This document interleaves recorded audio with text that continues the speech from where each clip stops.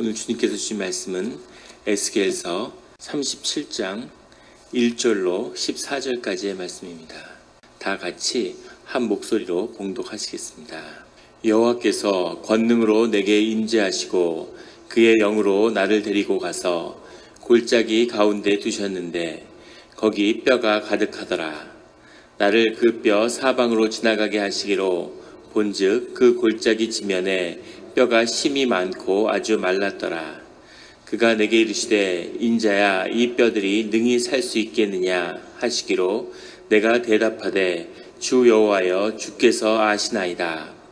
또 내게 이르시되 너는 이 모든 뼈에게 대언하여 이르기를 너희 마른 뼈들아 여호와의 말씀을 들을지어다.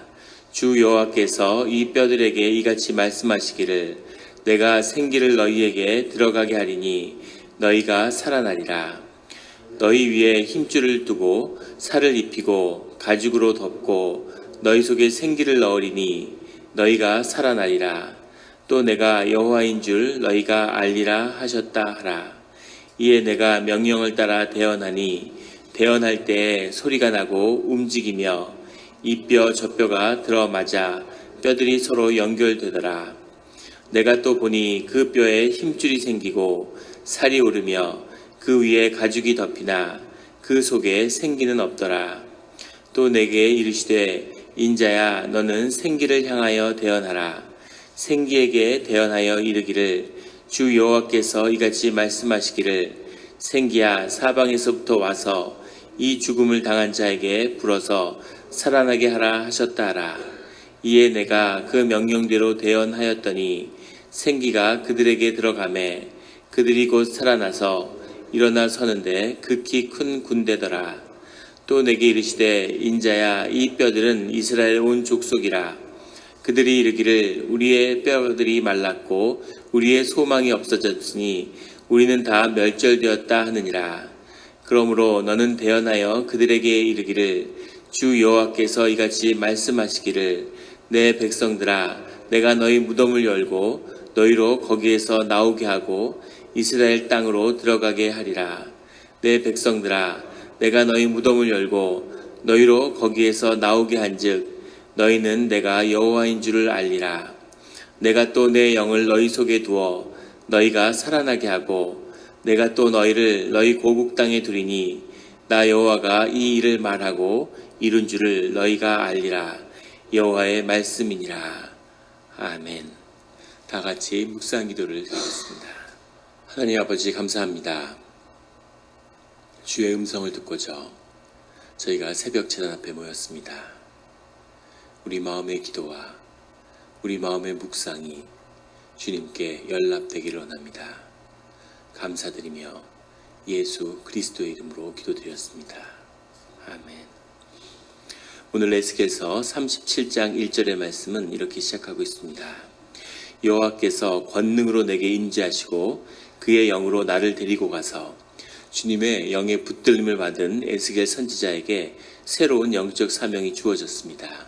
그가 말씀을 선포하는데 권능에 붙들리고 있고 하나님의 영으로 인도함을 받고 있는 거죠. 그러니까 기독교에서 흔히 말하는 입신의 체험이죠. 하나님께 완전히 붙들리는 내가 중심이 되지 않고 하나님이 내 중심이 돼서 나를 이끌리는 하나님과 내가 완전히 하나가 되는 그런 체험을 에스겔이 하고 있습니다.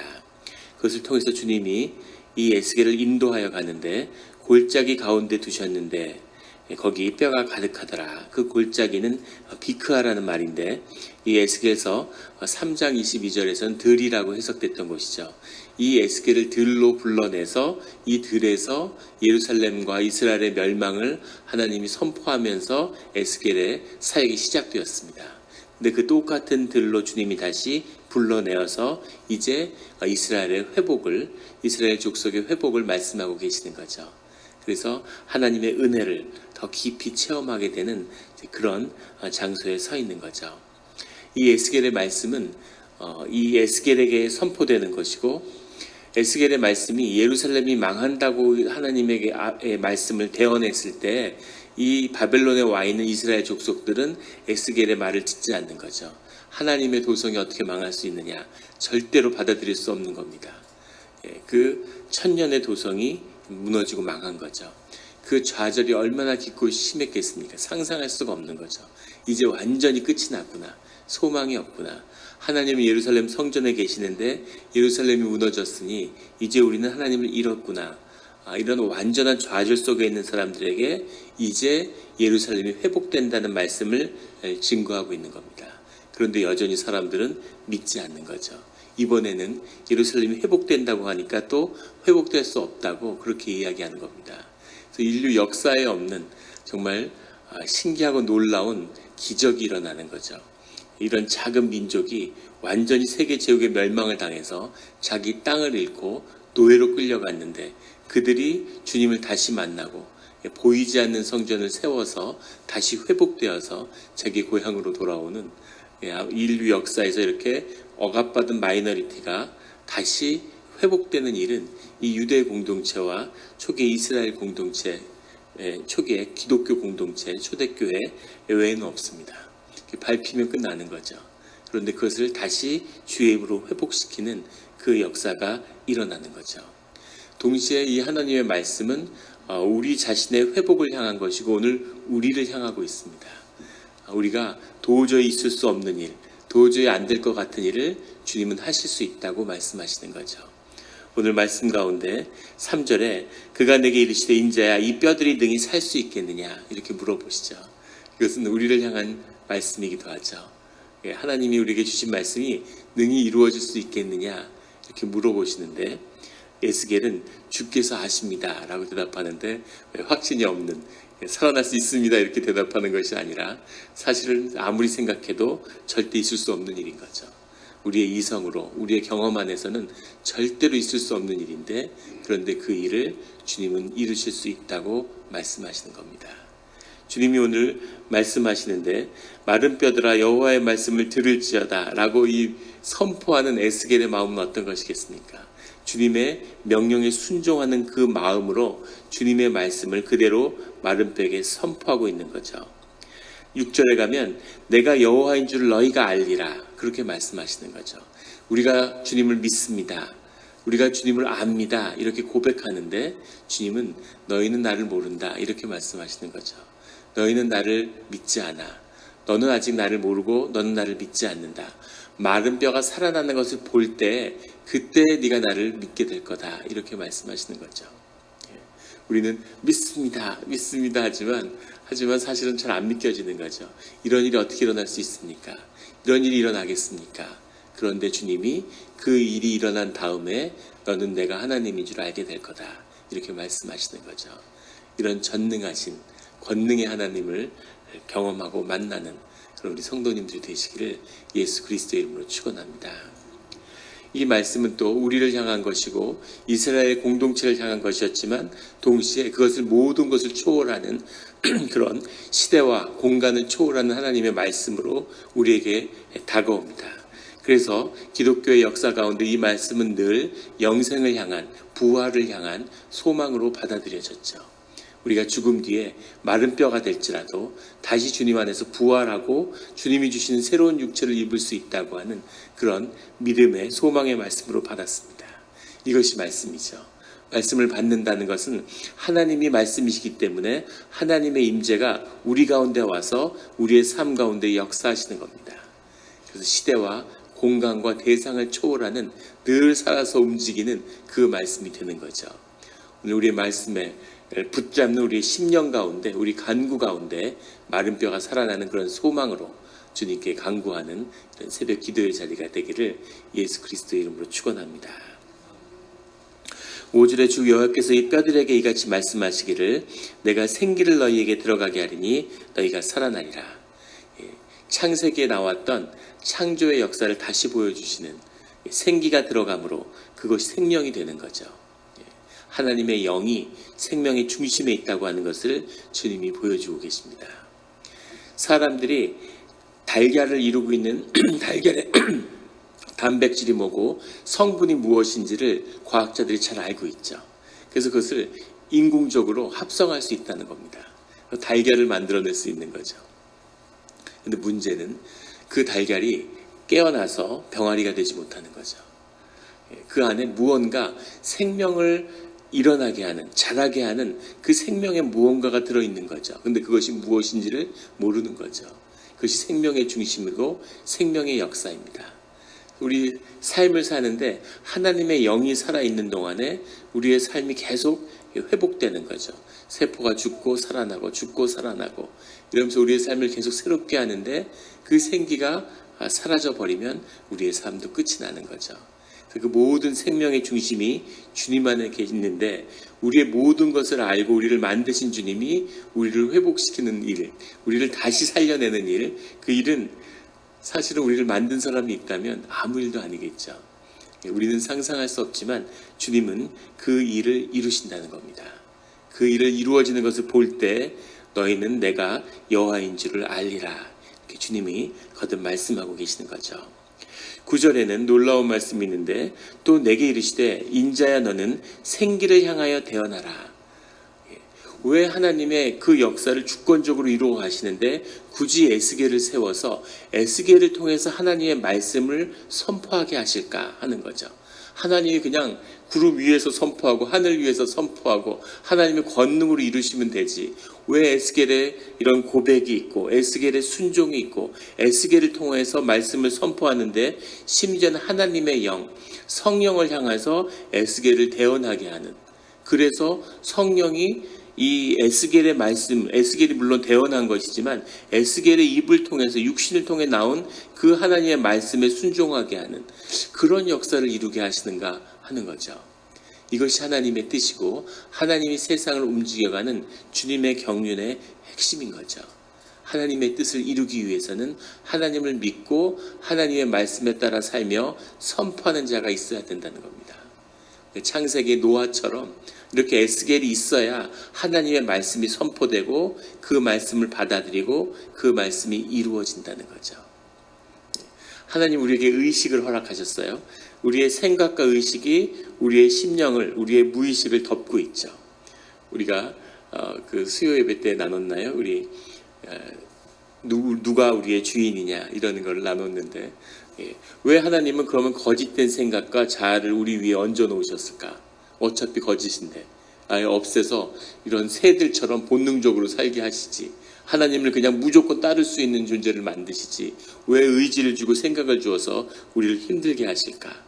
그런데 우리 안에 무의식이 있고 우리의 심령의 이야기가 있지만 그것을 받아들이고 그것을 내 것으로 만들고 내 삶으로 이루어 살아가는 것, 그것이 또한 나이기도 한 거죠. 그것이 귀한 것입니다. 그것이 내 주인이고 그것이 내 주인 노릇을 해서는 안 되지만 하지만 그것이 중심이고 그것이 주님께 순종하고 복종할 때 그 삶이 의미가 있는 거죠.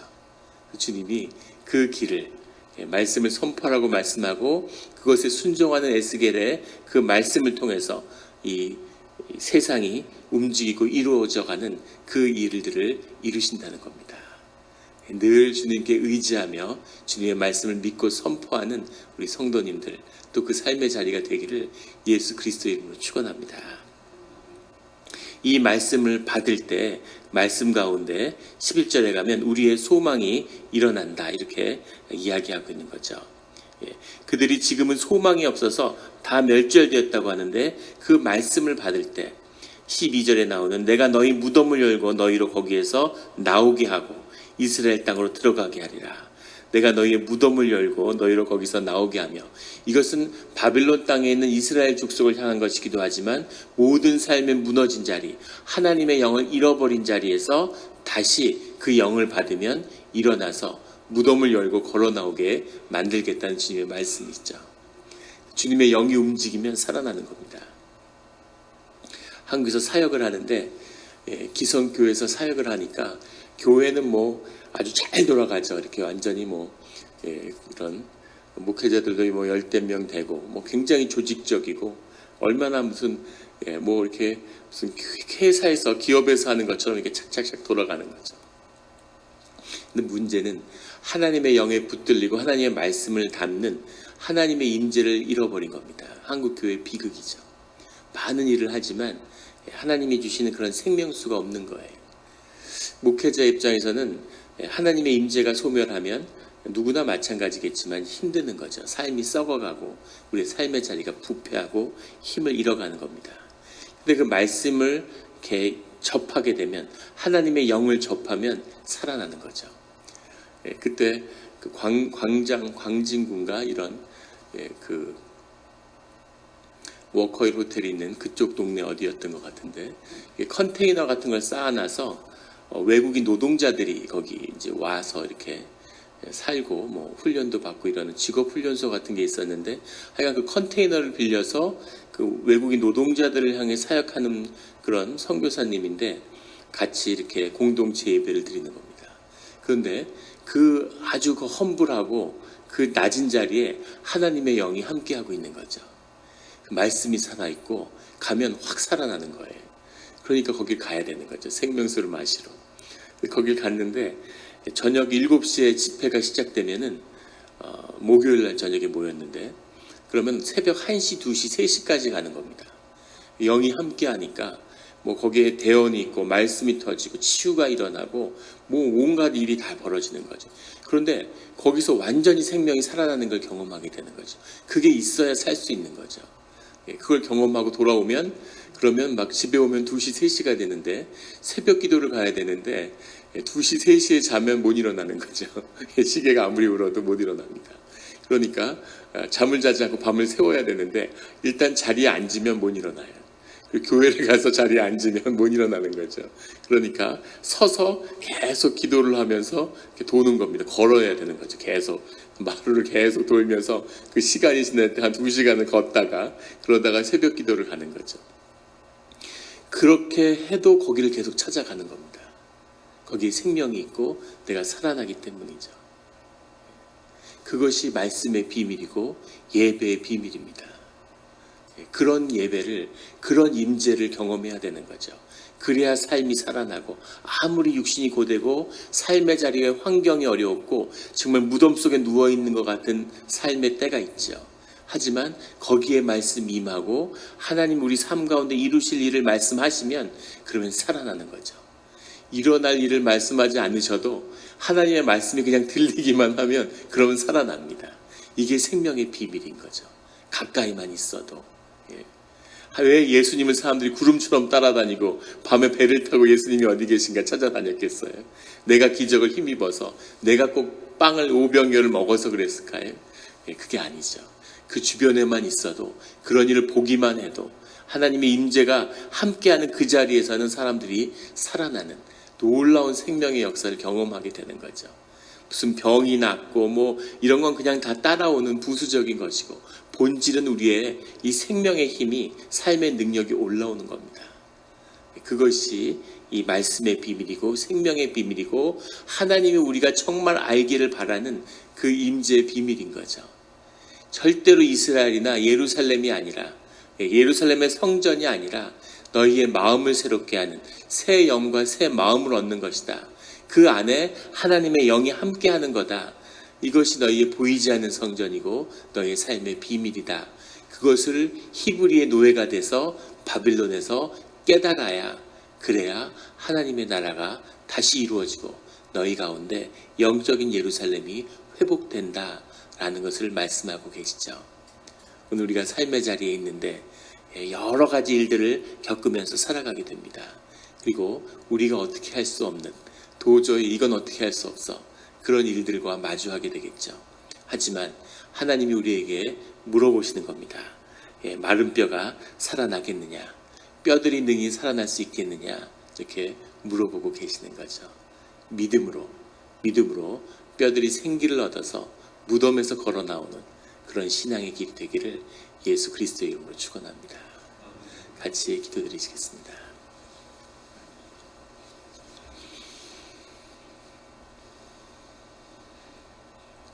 하나님 아버지 감사합니다.